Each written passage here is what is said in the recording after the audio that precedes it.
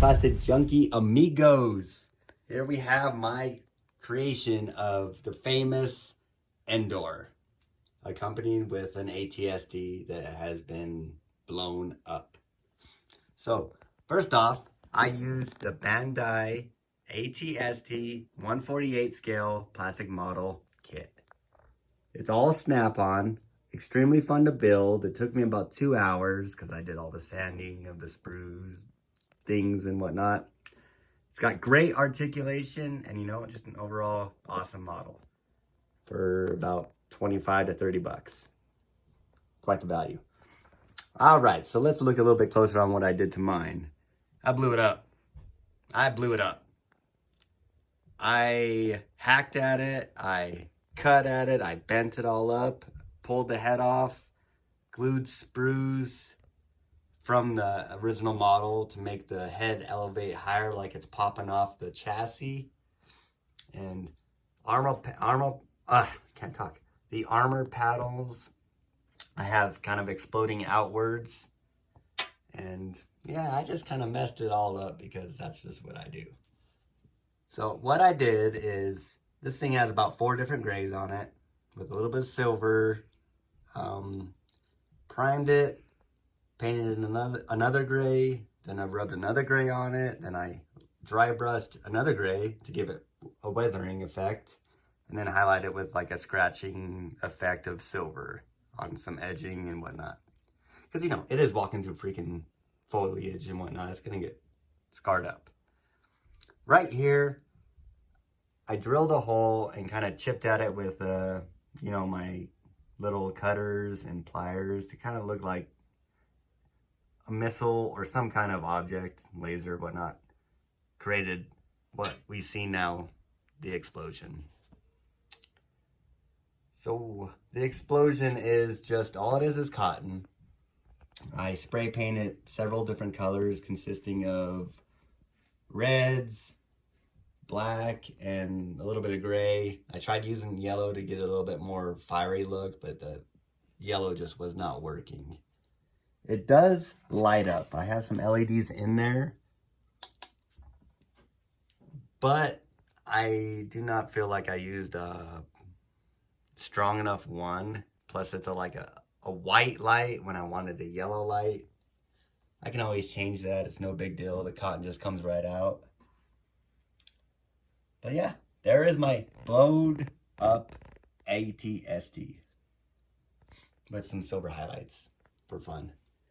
Okay, let's move on to the diorama. So what I used was a 1-inch pink foam board, and this is what it looks like. You get it at Lowe's, at Home Depot. It comes in, well, various size sheets, but I love this stuff. It's super rigid. You can hack at it, just carve it up and do whatever you want, and it just holds its shape. Really fun versus some of the lighter base stuff that just like don't hold up and they eat away and just get everything messy. So this is awesome. Good stuff. Love it. Been using it for a long time. So we have 3 tiers of that. We have the first tier right here. On the mountain, it actually has 2 tiers. So we got one right there and then one right here. Just kind of build it up. And then I used a plaster of Paris. This stuff right here. That stuff for creating kind of like a uneven terrain. Super easy to work with.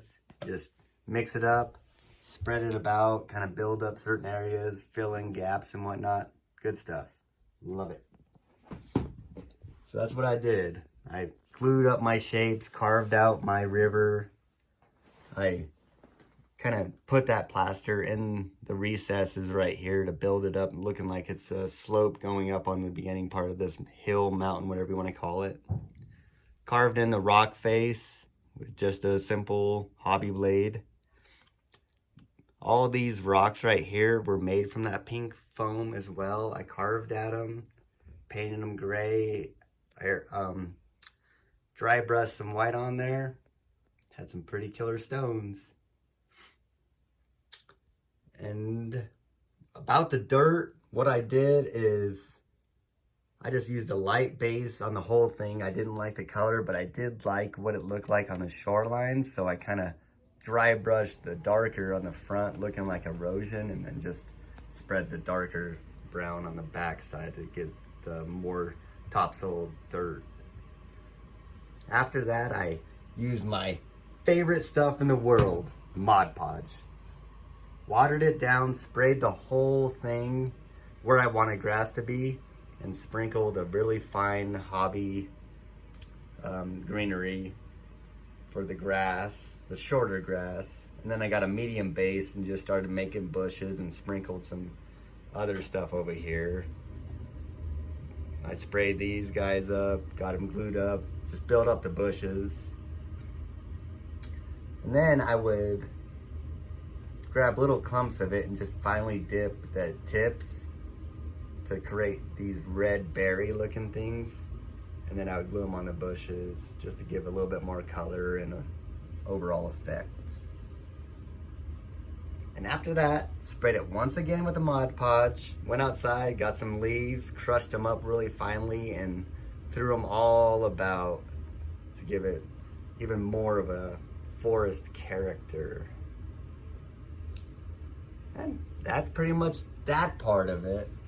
Outside of the little rocks here, I just got a box of stuff you would buy at a hobby store. They were white, and then I just kind of dry brushed them and glued them into place using Mod Podge. All right, as far as this big tree, I mean, up in Endor, you had big trees. We're talking big, big, big trees. Now, I wasn't gonna make a 100-foot tree to scale for this thing, so, you know, I went pretty high with it, well over the model.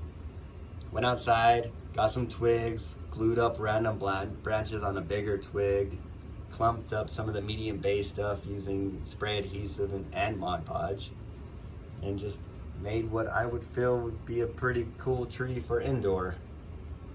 Sprayed the stock and with a spray adhesive as well, and just kind of threw a fine dusting of the really fine greenery. Now these vines here, my girlfriend and I came up with an idea of using string. Just ran it through, yes, you guessed it, Mod Podge, and then threw it in that fine dusting of greenery, and I have vines now. I think they came out pretty good. All right, so that is pretty much the dirt and the grass and the bushes and trees outside of this guy right here. Was on a hike, well, on a walk down at the river bottom, and saw this pretty cool little piece of driftwood. It had a nice crack down the middle. And I was like, that's perfect for a dead stump. So got that all broken up and glued into place with some more moss coming up the side of it, and all the remnants of it just kind of scattered about. Thought it'd make for a pretty cool little addition to this this diorama. All right. Now what really excited me, for the first time ever I used resin. I've been wanting to use it for quite some time, and now I did. So this resin is it's a 1-to-1 ratio. So what you pour from bottle A is exactly what you want to pour from bottle B. And I used a blue dye. I mean, this is a cheaper stuff. I mean, the first time I wasn't gonna buy any expensive stuff. This is all kind of experiment. But it was easy to work with. Poured A to B, 1-to-1, put a little bit of dye, and you gotta be super careful. I mean, I put one little drop and that sucker made it extremely blue. I was hoping for a little less blue, but that's what I got. Still came out pretty good. It hit all the little fishies I made in there. They're really hard to see. There's about 5 or 6 of them in there. That was really hard to make those. I'm kind of sad about that.